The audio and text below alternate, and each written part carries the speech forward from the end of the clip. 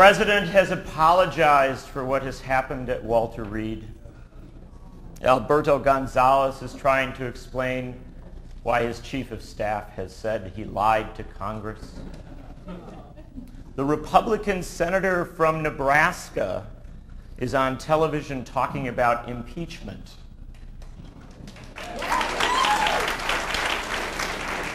I think it is a fine night to pop a beer in Eau Claire, Wisconsin and celebrate.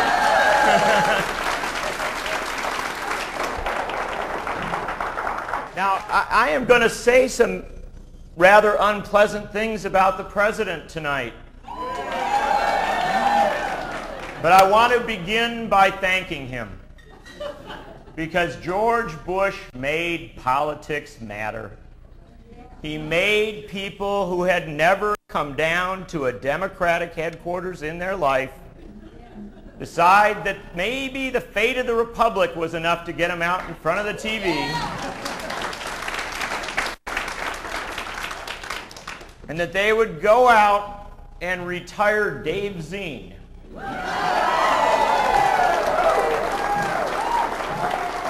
I wear two hats. One of them is the hat of probably the most left-wing nut you'll ever meet.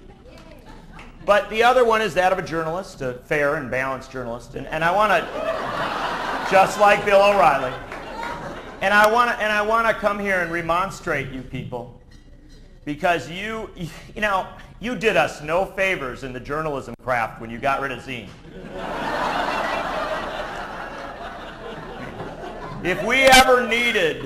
If it was a slow day and we needed somebody to say something that was flat out insane, we just headed over and said, "Where's the motorcycle parked?"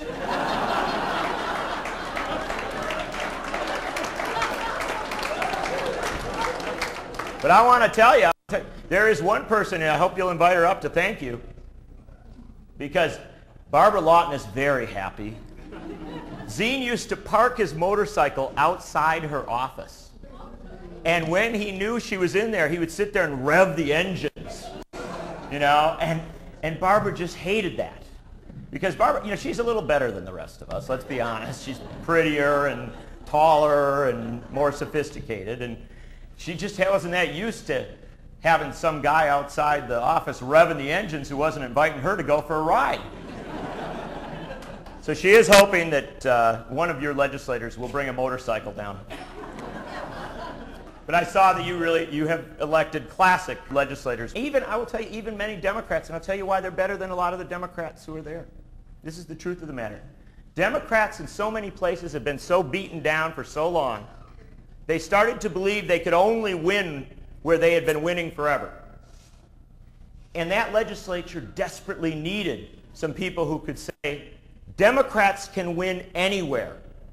And you sent 3 people to Madison to say that, and you want to know? Democrats in that legislature are starting to listen, and they are recruiting candidates in places where they never did before. This community, Eau Claire County, has changed the politics, not just of the Capitol, but of the state Democratic Party in a fundamental way. If we take this state back, if we make this state the progressive state that it has been and should be again, it will be because of you folks right here. So you're saying, oh, wow, I can't believe you came to Eau Claire. My dad was born in Owen. In our family, Eau Claire's the big city. I'm not kidding. We're like, well, maybe we'll go to Eau Claire sometime. And I don't know. Kind of scary. No, honestly, and the reason, and the truth is, my dad was almost born in Eau Claire. My grandmother, this is in 1927, she's on the train, taking the train, because they didn't have a car, to the hospital in Eau Claire to have her baby. And she went into labor in Owen. And so they, took her off the train, one of the great gentlemanly acts of all time, and led her down to a farmhouse of a cousin who lived there, because I have a cousin in every town in Wisconsin. And although many of them are now denying it. And so they took her to the farmhouse, and he was born there. And of course, the debate in the family was, well, we knew that Owen didn't actually have a doctor, but they did have a veterinarian. And so you know, he got interesting care in his early months. He was born, he actually only weighed about 2.5 pounds. He was tiny in 1927, and they used, you know, all of the high tech of Owen, Wisconsin. They got a shoebox, and then they took a lamp down and cut a hole in the shoebox and put him in the shoebox with the lamp to keep him warm. This guy was definitely a veterinarian. And then they called in a wet nurse. And some of you are too young to know what a wet nurse is. But that woman, you know, took care of him, and they nursed him to health. They nursed him to health until he was strong enough to come to the hospital in Eau Claire. And so I can say without a doubt that I stand here today thanks to the medical technologies of Owen and the hospital care of Eau Claire. So thank you very much. Now, bizarrely enough, despite the fact that my wife says I have to say no to every invitation, I get invited to go places and to travel a little bit. You know, you go around, do things, and give speeches. Because I write books for a living. And so you got to go places because, of course, people don't read anymore. They want to meet the author, and if they like you, then they buy your book. And so you travel around on book tours and things like that. So I was in L.A. I was in Los Angeles Wednesday and Thursday. And actually, I was staying in Beverly Hills. And staying at this very lovely house where the woman who owned it, who's, I think, done a little better on the stock market than some of us, she had this like backyard that was bigger than a park. And they rented a tent, beautiful white tent like you have for a wedding, and they had chairs set up and caterers. And you know, just this very glamorous event for me to talk to about 200 of your more very, very pretty people. And it was a lovely event. It was a wonderful, and this is how bizarre, kind of Alice in Wonderland, through the looking glass my life is, because Gore Vidal introduced me. And so I'm sitting there and I'm thinking, this is a little bit like Tom Jones following the Beatles. You know, it doesn't quite, the hierarchy's a little off here. But Gore actually wrote the introduction to my new book, and we've been friends for, we've known each other for a long time. And so it was a very lovely, warm event. And then the next night, my friend Mimi Kennedy, who is an actress, she was in Dharma and Greg. She was Dharma's mom, I think, which is, as Mimi has explained to me, allowed her to buy a really nice car. And so she picked me up, and we went down to Laguna Beach in Orange County and had a big event down there with Progressive Democrats of America, with myself and Cindy Sheehan, talking about the war and all sorts of other things. And so in 3 nights, I have been in Beverly Hills with Gore Vidal, in Laguna Beach with Cindy Sheehan, and now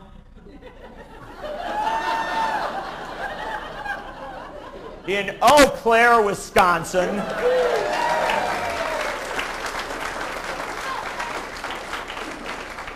And anybody who knows me, and a few of you do, knows that I could not be happier than being right here, because I can't find my way around LA, but I can find my way around Wisconsin, and I love this state, and I believe that everything that's good in my life, and certainly everything that is progressive in my politics, comes from my Wisconsin upbringing. I am a 7th generation Wisconsinite. My great-grandfather was a Robert M. La Follette progressive, the village president of Blue River, Wisconsin, for 37 years. The proudest moment of his life was when they renamed the main street La Follette Street. He only allowed 2 publications in his house, the Progressive Magazine and the Capital Times.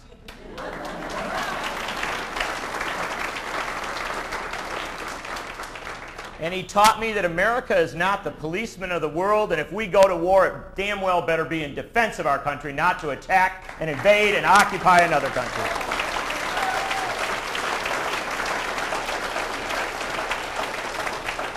Well, that's how I got to be friends with Cindy Sheehan. Cindy and I went up to Vermont the start of this month. We were invited to travel around the state of Vermont and speak in small towns, because on the first Tuesday of the month, communities across the state were having their town meetings.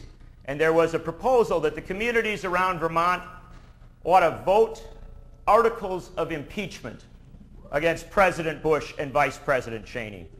It was an audacious notion that if Congress was a little cautious, perhaps we'd go down to the very roots of our democracy and bubble it up. And so these guys had this crazy idea, so they put Cindy and myself on a bus, and we traveled up and down the state for 3 days. They did not feed us or allow us to sleep. I'm not kidding. Cindy, we were on a radio show in Brattleboro, and Cindy's going, "If you are within the sound of my voice." Whoa, I'm sorry, yeah, that's terrible. But she was like trying to bring food. And I'm not doing that again. And so we traveled all over Vermont, and we did this wonderful thing. And we didn't know what was going to come of it. But as it happened, on the first Tuesday of this month, in 38 towns up and down the state of Vermont, ordinary citizens, college students, senior citizens, retirees, factory workers, walked into their town meetings, and at the end of the business, where they asked, "Is there any more outstanding business facing the town, the state, or the republic?" stood up and said, "Yes, I believe that this town meeting must begin to discuss holding the president and the vice president to account for their high crimes and misdemeanors."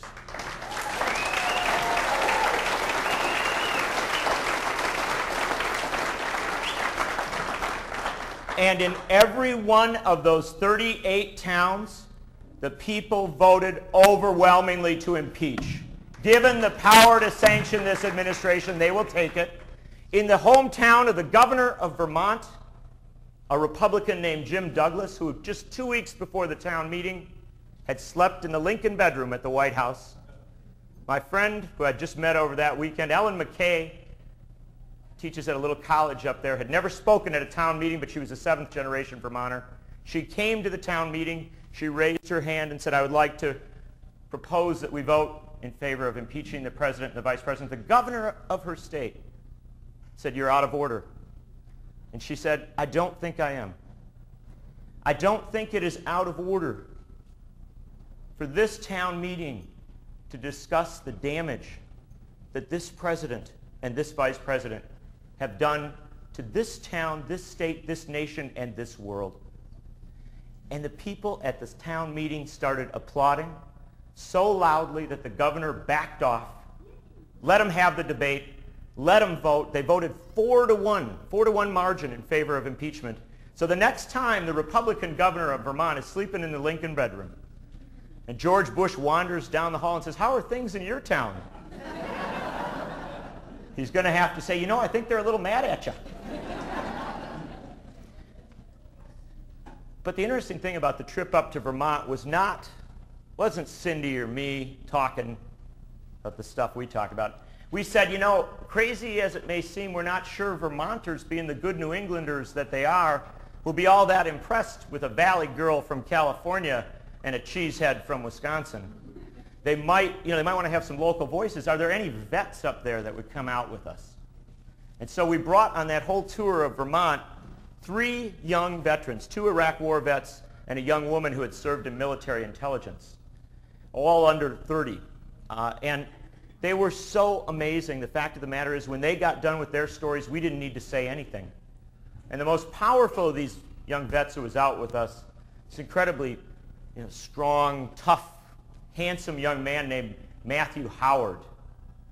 And he was a Marine in the first units that invaded Iraq back in 2003. He drove a truck, and he told the story of how they were sent into Iraq with a half hour of cultural training. They were shown a map of the country. So that's where Baghdad is. You're going there. They were given no language training whatsoever. And they were assigned no translators.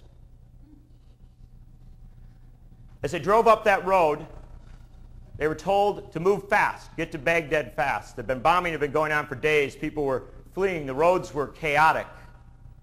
The Marines were told to block traffic at each crossroad. So at one of the first crossroads, a young Marine jumped out of Matt's truck. He hadn't been trained in the culture of Iraq. He knew the culture of the Marines. a Marine telling someone to halt puts his arm up like this and says, "Halt," and they stop. As they're at this crossroads, a Mercedes-Benz, a white Mercedes-Benz drove up. Mother, father, 6 children fleeing the bombing in their community. The young Marine put his arm up to say, "Halt." The Iraqi driver of the car reached out the window and gave the international sign of solidarity. "Solidarity, brother," and drove forward. The Marines shot and killed everyone in the car. I remember the image of that car. And I remember knowing, because I grew up in a military family, knowing that our Marines are not sadists, that they don't kill people for no reason, that they are not vile or evil people. And I wondered, how did that happen? And Matt explained it. And he explained something else. That night, the kids slept in the... They didn't give them body armor. They also didn't give them tents. They didn't give them a place to sleep. They slept in the trucks. And that young Marine cried all night long. And Matt finally went over to him and put his arm around him and said, "It's okay, brother. It's all right." And the young Marine said, "It's not all right." And Matt said, "Man, you got to understand, this is war, and war is tough, and bad things happen." And the young Marine said, "You don't understand. I was raised a Christian. I have killed children without justification. I'm going to hell. I will die and rot in hell." And Matt said, "No, you can't. Come on, that's not right. You don't." And this kid said, "You can't change this. I'm done. My life is done. I'm going to hell." And Matt could tell 100 other stories like that. If you don't care at all about the Iraqis, if you don't care at all about the fact that every 10 minutes an Iraqi dies in this war, that every 10 hours an American dies in this war, that every 10 days $2 billion are removed from your federal treasury to pay for this war, if you don't care about any of that, you should care about what we are doing to our best and our brightest and our most decent young men and women. We are putting them in situations where they not only believe they are in hell, but that they are going to hell. And that is an act of immorality. And I am a very forgiving person. But I'm like Sidney Sheen. I'm not sure I can ever forgive George Bush. And I want to tell you, when I hear stories like this, I despair. And when I hear our president say that he plans to send 21,500 more young people, as good and as decent and as patriotic as Matt Howard, into this quagmire in Iraq, I despair. And when I hear Dick Cheney and George Bush speak casually of a war with the far more powerful, more armed, more internationally allied and determined nation of Iran, I despair.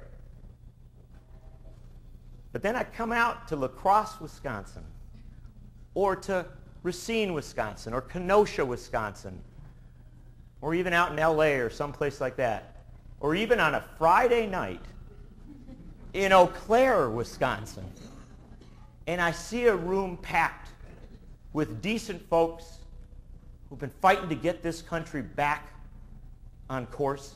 I see a woman in a red jacket with her Pieces Patriotic pin walking through the room. And I realize I have no right to despair. It is not a privilege that I can offer myself. I have a responsibility to come before you on a night such as this and to say, yes, the Republic is in danger. The Constitution has been abused. The very underpinnings of our democracy have been damaged. But we are the descendants of patriots who fought a revolution against a king named George. Our ancestors said, "Thus always" to tyrants. And so I stand before you tonight and I say, my name is John Nichols, and I want to impeach the President of the United States.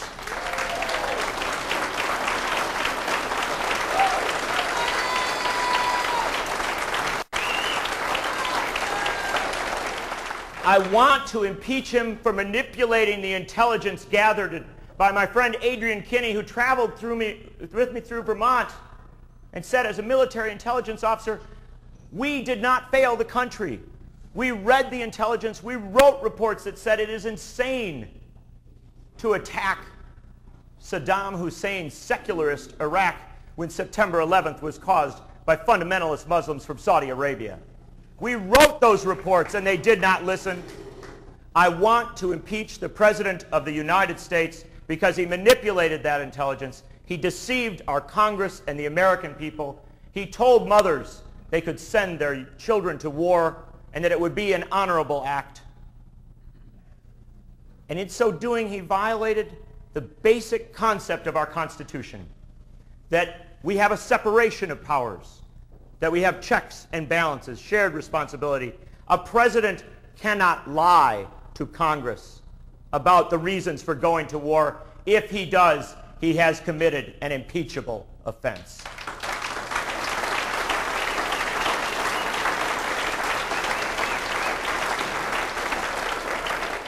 I want to impeach the President of the United States because he spied on us in our homes. And you know, I hear people say, oh, he violated the FISA Act. Well, the FISA Act sounds like a footnote on the back of your tax form. Sure, he violated it, and that's against the law. But he also violated the Fourth Amendment to the Constitution that says Americans have a right to privacy in their homes, which cannot be violated by a president in any way at any time. Our president has committed the impeachable act of spying with us in our homes in violation of our Constitution.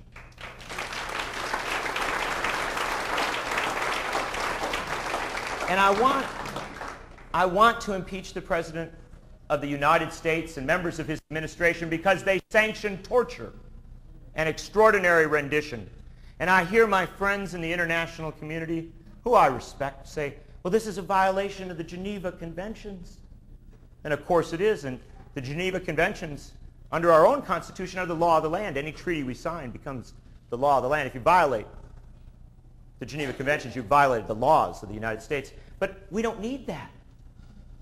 The Eighth Amendment to the Constitution of the United States bars cruel and unusual punishment, torture, and extraordinary rendition without the authorization of the courts is cruel and unusual punishment. Our president has committed an impeachable act. And I want to impeach our president because of what he and Dick Cheney and Scooter Libby and Karl Rove did to Valerie Plame and Joe Wilson. Joe Wilson, a hero of the first Iraq War, the guy who got the hostages freed in the first Iraq War, a man awarded medals by George Bush's father, continued in his patriotism and his service to the country by revealing the fact that the Bush administration had manipulated intelligence with regards to weapons of mass destruction in Iraq. And for that patriotic service to the Republic, members of this administration plotted to destroy the career of his wife and his reputation.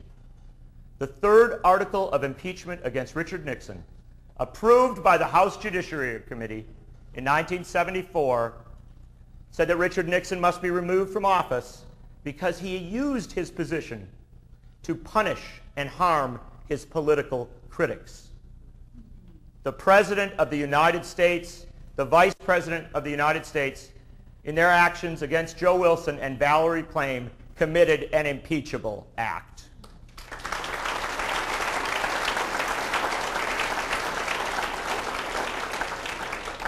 Now, I cover politics for a living, and I wish I could come before you and tell you the Congress of the United States will take care of this for you. We've got checks and balances. Don't worry, everything will be fine. You just go back to running the headquarters here in Eau Claire. The politicians will take care of everything in Washington. But that isn't how it ever worked. And it isn't how impeachment is supposed to work.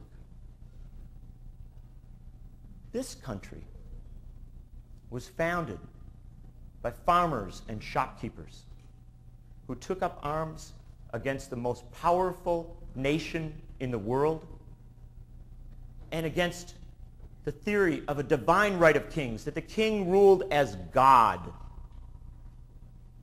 for the purpose of saying, no, citizens have the authority to govern themselves. And I know we don't teach history anymore, but if we did, they would make you read the Declaration of Independence all the way through. I know you've all read the first part, when in the course of human events, but if you read all the way down, you get to the part where Jefferson, that young farmer from Virginia, still in his early 30s, said why they would revolt against the king.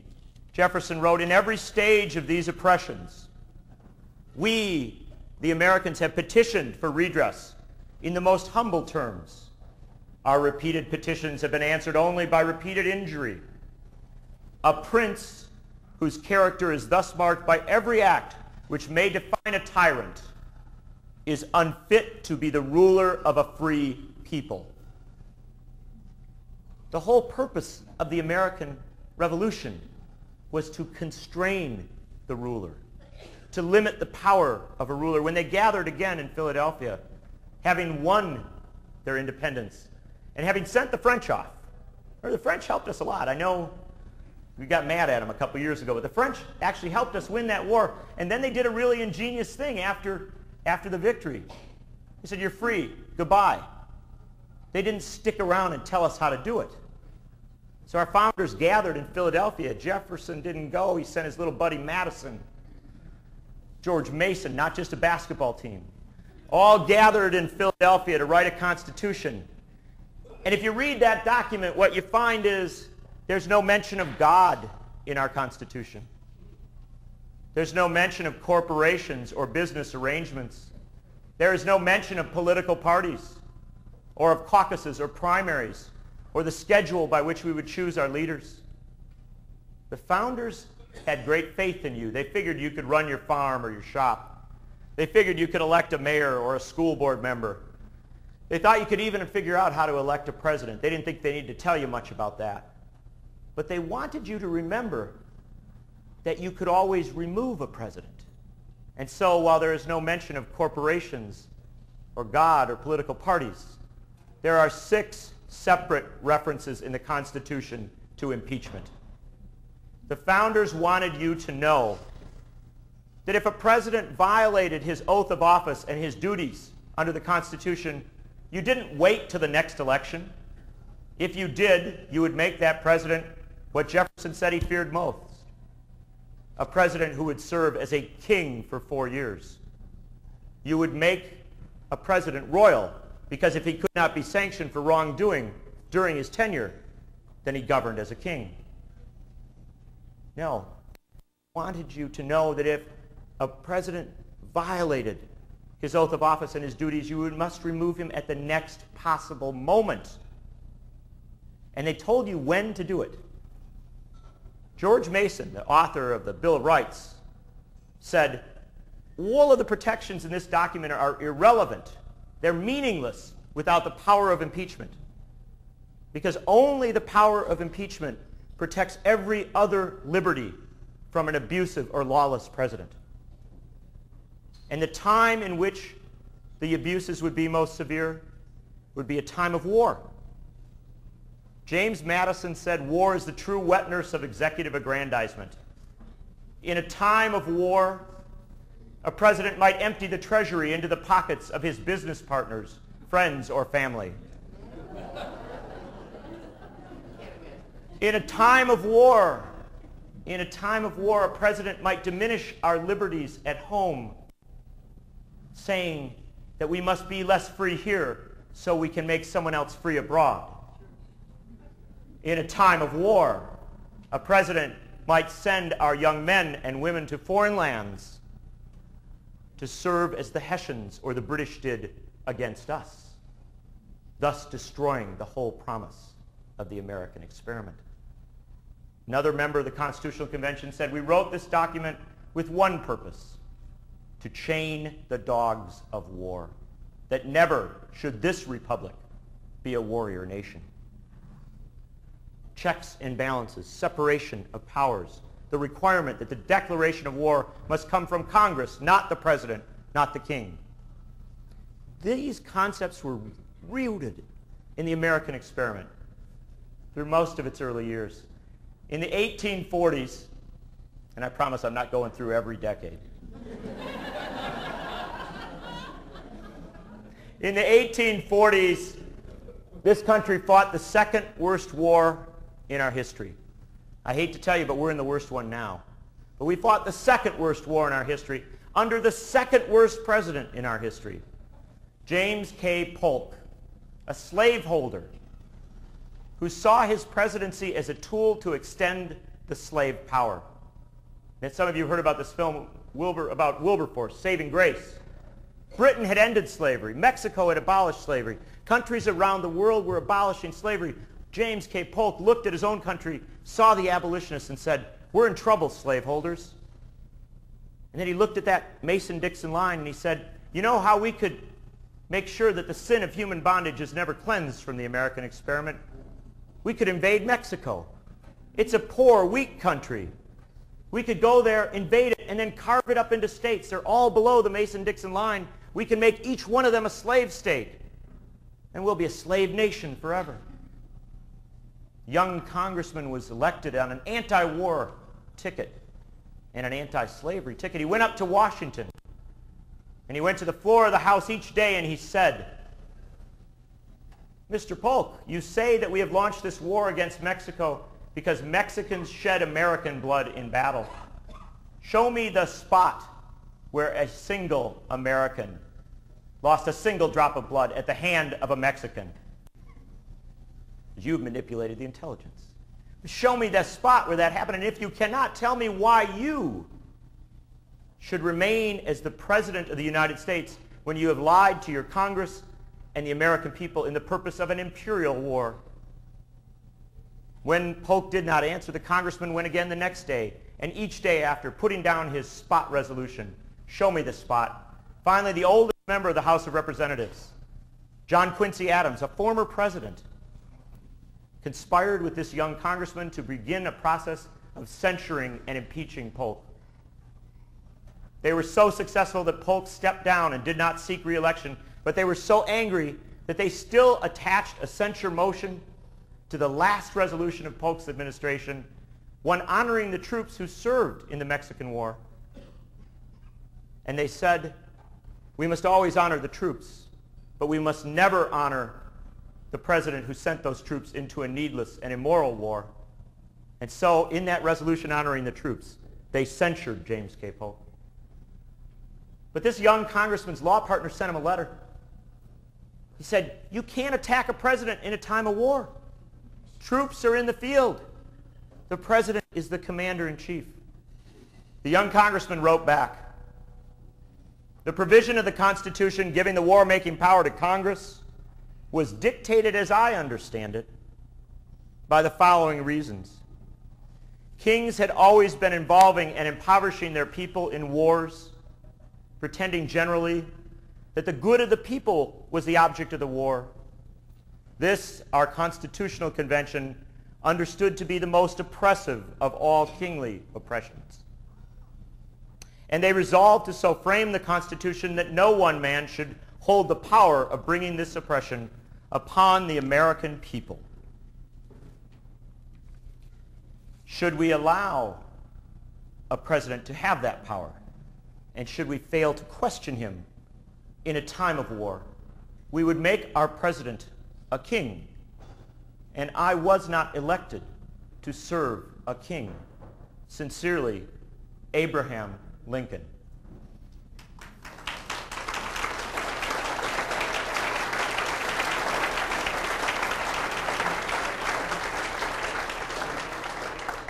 How far we have strayed as a republic. How distant we have become from Madison and Jefferson and Lincoln. We live in a moment when so many in our political life and our press corps go on bended knee before a new King George. What madness, what insanity to suggest that impeachment ought ever be off the table. Impeachment is not a whim or a fantasy. Impeachment is not a conspiracy theory, and it is not the stuff of blue dresses and prudish little men. Impeachment is a live instrument of the Constitution, established for a moment such as this, when the Attorney General of the United States of America stands accused of using his office in a manner that only a solicitor of the king would have in 1775. We live in a moment for which the founders prepared us when they created the power to impeach. And yet we have a disconnection. The people in this room applaud loudly, as in every room I have stood for the last year, for the concept of impeachment, and yet the Congress so cautious, so constrained. We don't want to create a constitutional crisis. Well, Congress, I've got news for you. The constitutional crisis has arrived. And to suggest that impeachment is a constitutional crisis would be like telling me that aspirin is a headache crisis. No. When I get a headache, I take the aspirin to cure it. When I get a constitutional crisis, I take impeachment to cure it.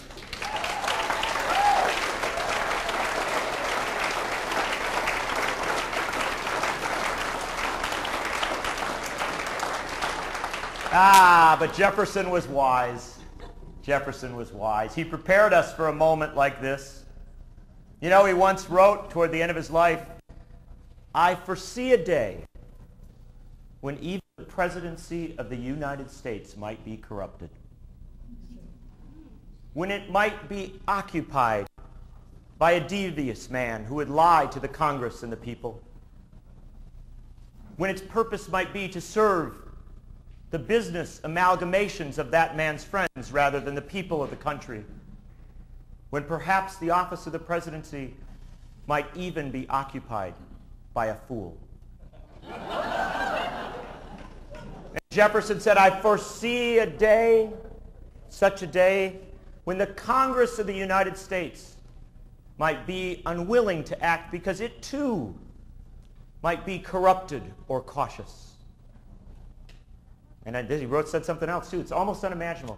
He said, "It is possible in such a day that the free press of this great country might fail to challenge the powerful and might indeed be the servant, the stenographer to the powerful." And Jefferson said, "It is for this reason that we have rested all power in the people, because they alone will defend their republic. They alone will use the avenues given to them to demand that their leaders hold lawless presidents to account." Jefferson said something else as well. He said, "We created a near-perfect republic, but will they keep it?" That "they" did not refer to Congress. That "they" did not refer to the press. It referred to you, the people in this room, the descendants of the founders of this American experiment. Jefferson was a Democrat. Jefferson knew that there would be a moment such as this, and he knew that there would be people such as you. And he created the avenues for people to demand and petition for impeachment. Jefferson's manual for the operation of Congress says impeachment articles can be brought by members of Congress or by state legislatures acting on behalf of the people of those states. There are many ways to advance the cause of impeachment, but there is one responsibility, and that is to do so without fear and without caution. Not because we hate George Bush, although maybe we do hate Cheney, but because we love the Republic. The President of the United States in each term creates a toolbox. In that toolbox, he puts the powers of the presidency.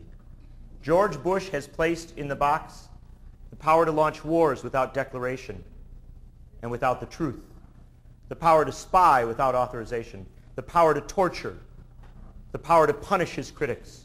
All of these powers placed in the toolbox. And on January 20th, 2009, if we do not sanction him, he will hand that toolbox to the next president, be that president Democrat or Republican. And those powers will become instruments of the presidency in a more permanent way. Our duty is not to punish Bush. Our duty is to protect the Republic. At the founding of the nation, on the eve of our great revolution, patriots gathered on Boston Common, and Joseph addressed them. He said, "Our country is in danger, but not to be despaired of. Our enemies are numerous and powerful, but we have many friends, determining to be free, and heaven and earth will aid the resolution. On you, patriots, depend the fortunes of America. You are to decide the important question on which rests the happiness and liberty of millions yet to come. Act worthy of yourselves. Act worthy of yourselves, America. Act worthy of your history and your traditions. Embrace the good, the duty, the genius of impeachment." Thank you very much. What can we in Eau Claire do to get our state moving on impeachment? And then my second question is, are Bush and Cheney accountable for the Hague? Oh, there you go. All right. Two good questions. First off, what can you do locally? Well, I'll tell you something. On April 3rd, next Tuesday, now I don't make any endorsements here, but when sane people will be voting for Linda Clifford,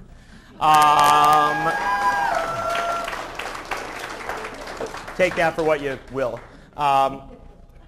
In Stoughton, Wisconsin, the people will be voting on articles of impeachment at their local election. It isn't just Vermont anymore. And the fact of the matter is, I want people to be active on this issue and to bubble these messages up to their elected officials. The legislature in Vermont, I think, will, in the next week or so, move articles there. So there's some things happening all over the country. If we had a media in this country that actually covered politics, you would know a lot about this. But the fact is, there's a lot of energy going on right now, and you can tap into it. There's a wonderful site called censurebush.org on the internet, censurebush.org, and they're kind of on top of things all the time, what's going on all over the country. The fact is, I'm not even sure how much you're going to have to do from the grassroots. I think Alberto Gonzales is hard at work serving the cause, and I'm very serious about this. You know, Chuck Hagel's going on TV talking about impeachment. Members of Congress are talking about it too. I believe, you know, when I wrote this book, everybody said, "Well, impeachment stuff, that's pretty crazy." I don't hear that anymore from members of Congress. So I think the main thing I would ask you to do, write those letters to Ron Kind. Ron Kind, I have disagreed with and I have agreed with, but I will tell you this about Ron Kind. He pays more attention to what the people of his district say to him than most members of Congress. And if you provide him with that space, you say, "We want this president held to account." You may not get him there day one, but you get him moving along. And you know the guy who has said, very bluntly, that the president has stepped into the strike zone of impeachment is a handsome young senator from Wisconsin named Russ Feingold.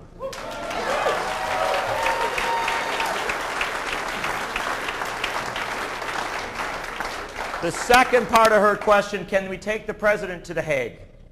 War crimes. You know, it's interesting, I don't bring up war crimes. Gordon Smith, the Republican senator from Oregon on the floor of the Senate in December, said, I fear the continuation of this war because I do believe it may be involving us with war crimes. A Republican senator suggesting that. But my answer to the questions of The Hague is, I don't want to go to The Hague. I respect the World Court, but I don't want to put our responsibility in the hands of somebody else. The founders said, if you have a lawless president, you do something about it. You Americans do something about it. And the fact of the matter is, the world loves America. The world does not hate America. But the world wonders why we have this president. And I will tell you something. If you want to improve the image of the United States around the world, you impeach this president and you see how much this world loves us.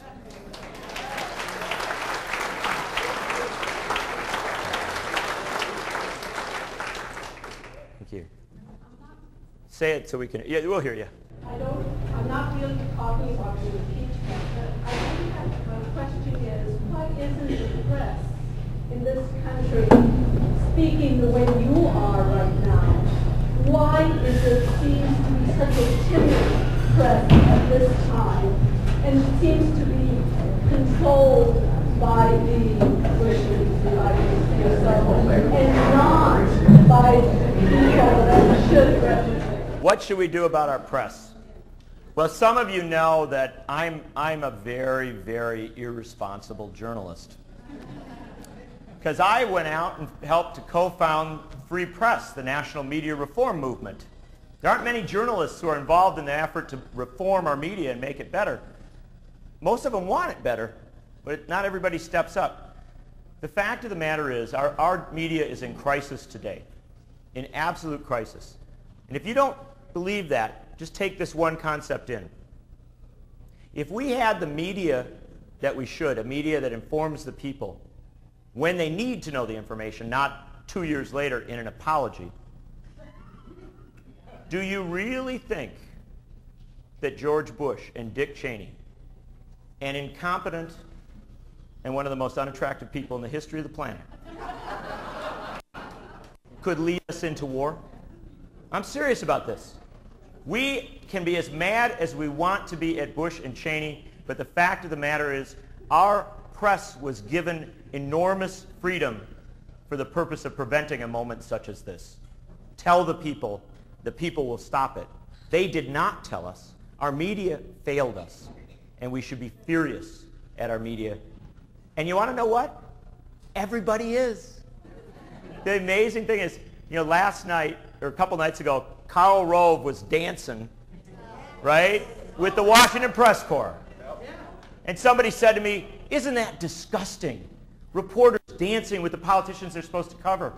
And I said, yeah, I used to get disgusted about it, but now I like it. I'll tell you why.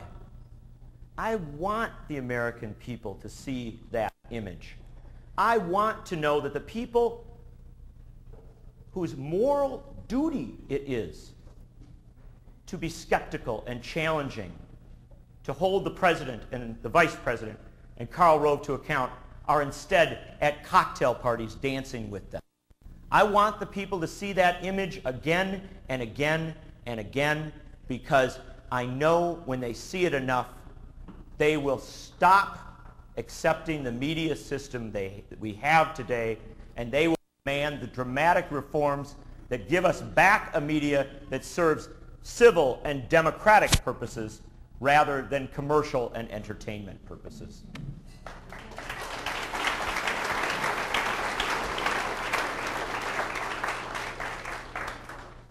I just want to bring out this latest survey by the Pew Research Center for the People and the Press.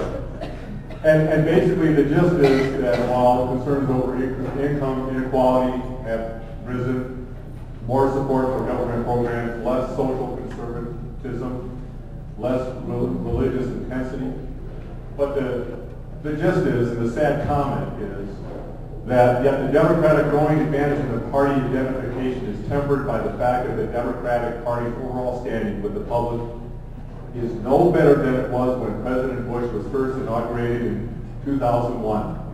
Instead, it is the Republican Party that has rapidly lost public support, particularly among political independents.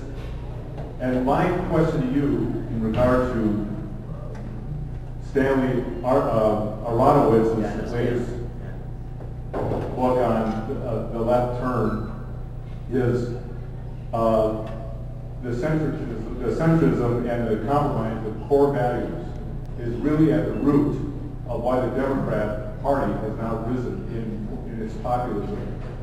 And I'm wondering what, on a local level, we've done a good job of people who should be given credit on a local level for the things that they have accomplished over the last 4 years. But what, on the national level, could be done to increase the Democratic left-leaning principles that will drive the party? You know, I've heard this question in one form or another before. Look, two things that are important to understand. I often will get upset with individual Democrats. I don't criticize the Democratic Party that much, and I'll tell you why. In about 90% of America, being a Democrat is the same as being a liberal. At the grassroots, it really is. You know, in Alabama, they say that people don't come out of the closet and acknowledge that they're gay for fear of being thought to be Democrats. And so, in a lot of this country, merely embracing the Democratic banner is a bold and courageous act. Now, it shouldn't be in Eau Claire, which is a town that stood with us in Madison and a few other parts of the state against Joe McCarthy in the 50s, and that has a good, actually a great labor progressive tradition. And you've proven that it's alive here. But the fact is, I never go anywhere in America, I never talk to any Democratic group that isn't more progressive than Congress. And so our challenge is not the party or the grassroots, it's the top. And the challenge at the top is twofold. Number one, something Russ Feingold talks about all the time, money in politics. Money is what gets between you and your elected officials. And so campaign finance, you want your party to be better? Do campaign finance reform. You will get a better political party. But the second thing, just as important, I think, just as vital, is a lack of imagination. And the Democratic Party, I think, is beginning. I cover Congress. I love seeing what's going on. They've been beaten down for so long. I think they watched Fox for too long. They started believing. And so they've been beaten down for so long that, they came into power, and instead of doing, when the Republicans came into power in 1994, they issued more than 1,000 subpoenas the first week. The Democrats come in and they're like, oh, I don't know. Yeah, exactly. Should we issue subpoenas? Oh, that's kind of nasty. I mean, that wouldn't be fair or proper. And the fact of the matter is, Democrats came in very cautious to control the Congress. And you know what? I think something really good happened. They're out there for the first couple weeks, and they're all like, wow, we run committees, want to see my gavel? Right? And then they came home to their districts, and their constituents said, did you end the war yet? And they're like, I got a gavel. And so then they thought, oh, we better do something. We better get out there and crack down. So they spent weeks doing it, but they passed a non-binding resolution. Whoa! It's sort of like, it says, they could have just called it a resolution, but they wanted to put non-binding on so everybody knew it meant nothing. Right? It was completely useless. Bush didn't even call a press conference to say he wasn't going to obey it. And then they came back again and they said, look, now I got a gavel and a non-binding resolution. And their constituents said, did you end the war yet? And because that's what we elected you to do. And so they went back, and the interesting thing is that in the last 2 weeks, we've started to see them go, no, they're not doing it exactly like I'd want to do it. I think my idea of a really good kind of withdrawal strategy is a whole bunch of planes with the steps down so the soldiers can get on.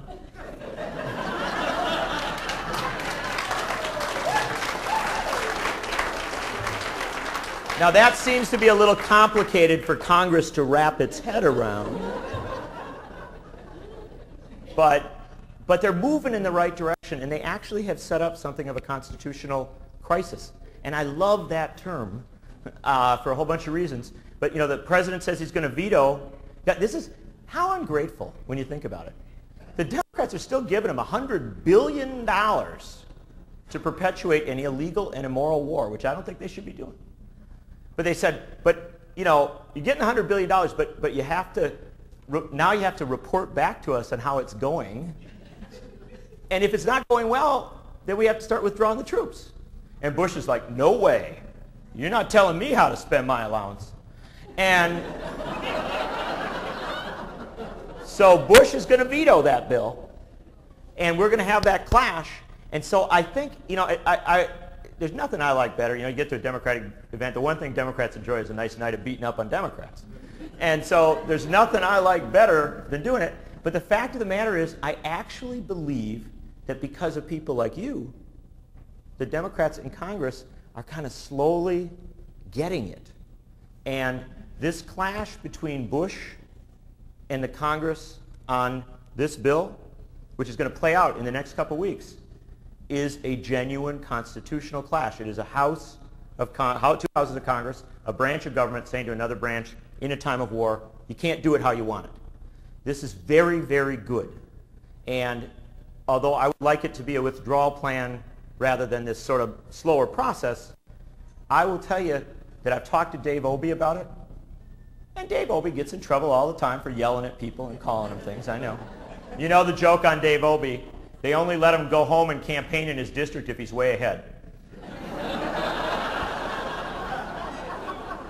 But,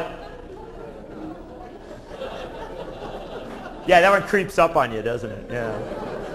But if you've ever been with Obey, you know. But the thing is, Dave Obey, who hates this war with a passion, he really does, genuinely believes that they're going to take this president to a precipice, and there's going to be a real fight. The president and the Congress are going into clash. April will be George Bush's cruelest. He wants $100 billion to perpetuate his war as he wants. Congress says they're not going to give it to him. If you keep saying to your members of Congress, don't back down, be strong, you've got a real clash there. And at the same time, oh my gosh, Alberto Gonzales is going to be coming up to Capitol Hill to explain why he lied to the Senate of the United States. And then there's another committee, if we had a media, they'd cover this. There's another committee investigating abuses of the Patriot Act. And there's a lot of evidence that that worms its way right into the White House. And then there's another committee looking at the Plame Wilson affair. And I'm just looking at this month of April, and I'm thinking sometimes, I always tell people be an activist, go out and do something. Sometimes you can just go to the bar and get a beer and watch.